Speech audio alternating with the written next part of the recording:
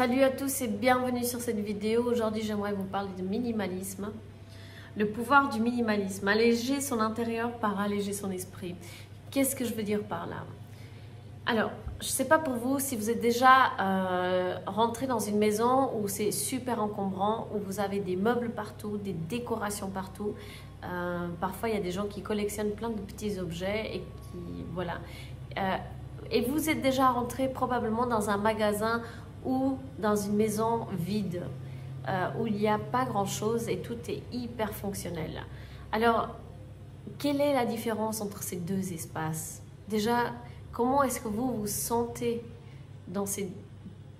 Je peux vous dire d'avance, lorsque vous êtes dans un espace où il y a trop de choses, vous ne savez pas où regarder et vous vous sentez oppressé. Vous vous sentez oppressé parce qu'on a comme l'objet qui prend place dans l'espace et on n'a plus d'espace pour soi.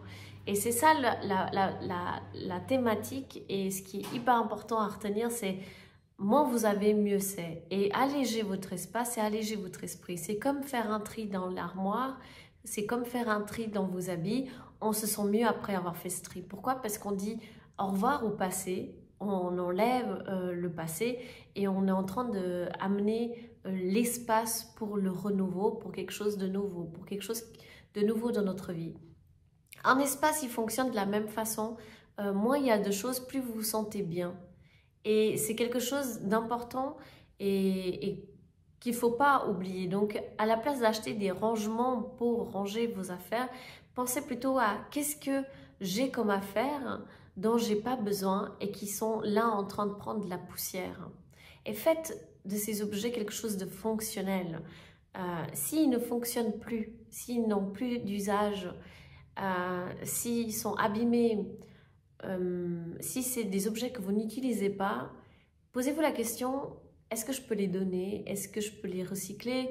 Est-ce que je peux les vendre? Est-ce qu'ils me servent? Est-ce qu'ils me sont utiles? Et faites le tri dans ces affaires avant d'acheter des meubles, parce que c'est pas le meuble qui va alléger et va amener de l'ordre, c'est le tri qui va amener l'ordre.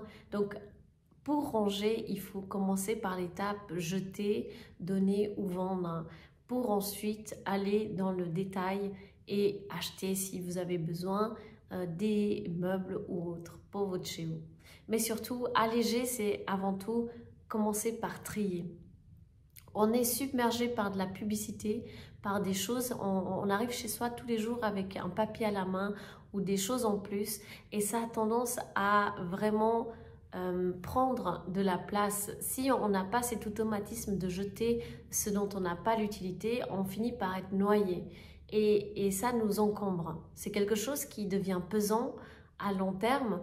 Donc pour alléger votre espace, commencez par jeter ce qui n'est plus utile pour vous et prendre cette habitude de jeter. Si vous n'arrivez pas à le faire, faites un exercice pendant une semaine où vous jetez une chose par jour. Alors que vous jetez, que vous la vendez ou que vous donniez, ça vient au même. Mais le but, c'est que vous preniez un objet que vous n'avez pas l'utilité et qui ne vous sert pas, et que vous le sortez de votre espace, que vous apprenez vraiment à trier, à enlever plutôt qu'à rajouter. Et c'est ça l'allègement de l'espace. On va se sentir beaucoup mieux dans notre peau et beaucoup plus en confiance parce que ce qu'on aura chez soi, c'est des choses que l'on aime, que l'on utilise et qui représentent qui l'on est. Merci d'avoir suivi cette vidéo. J'espère qu'elle aura pu vous éclaircir par rapport à ça. Oui, je voulais aussi vous dire, il y a un documentaire, c'est des minimalistes qui parlent du minimalisme, donc vous pouvez sans doute la consulter. Ce documentaire, il est super intéressant. Ils sont un peu dans l'extrême de manière radicale. Ils utilisent vraiment le minimum vital. Et c'est comme les gens qui vivent en nomade. Ils ont un sac à dos et c'est tout ce qu'ils ont sur eux. Et alors, je ne sais pas qui vous êtes. Donc, vous avez peut-être un mode de vie qui est plutôt local, donc qui est stable et enfin en tout cas pas nomade, c'est ça que je veux dire, et que du coup vous avez des meubles, vous avez peut-être des choses plus grandes et vous ne pouvez pas voyager un sac à dos avec toutes vos affaires. Mais le fait de comprendre qu'est-ce qu'on a besoin nous amène à comprendre qui l'on est et à rentrer dans la connaissance de qui l'on est. Lorsque vous faites du tri et que vous regardez votre bibliothèque avec, peut-être vous avez 30 livres et sur les 30, vous n'avez pas lu les 20, regardez-les, mettez une étiquette sur les livres que vous n'avez pas lus, que vous allez lire. Et si vous pensez que vous n'allez jamais le lire, offrez-le en cadeau. Offrez-les en cadeau. Regardez comment vous pouvez enlever plutôt que d'acheter du mobilier pour stocker des choses que vous ne consommez pas, que vous n'utilisez pas. Ça va vous apporter vraiment un bien-être et ça va stimuler quelque chose en vous de l'ordre de qui je suis réellement. Parce que en nettoyant, en faisant ce tri, en cherchant l'allègement de chez soi, on va vraiment rentrer dans la relation entre qui l'on est, qu'est-ce qu'on a vraiment besoin, quelle est notre essence, l'essentiel. Et si vous voulez vraiment faire un exercice extrême, vous pouvez sans autre le faire quand vous déménagez ou alors si vous avez la possibilité de stocker vos affaires dans un local, c'est vraiment de vider votre appartement ou lorsque vous déménagez, il est vide et d'amener un objet au fur et à mesure selon vos besoins et suivre le besoin et pas suivre la consommation ni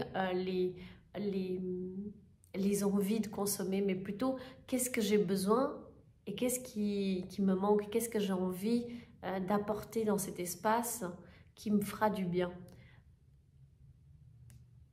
Et à ce moment-là, vous allez vraiment rentrer en relation entre un espace vide et vous allez amplifier, vous allez amener un objet après l'autre. Et un espace se construit dans le temps et c'est pas d'un coup. Lorsque vous amenez tout d'un coup, c'est pas un espace qui est conçu selon votre envie, selon votre besoin, mais il est selon des critères de base et comme tout le monde le fait. Je vais acheter une table avec 6 chaises alors que je ne reçois jamais personne durant l'année. Est-ce que c'est logique? C'est pas logique, mais on le fait parce que le voisin le fait. Ils ont tout le monde a une table pour recevoir des gens, mais si tu ne reçois personne, est-ce que tu as vraiment besoin de ça?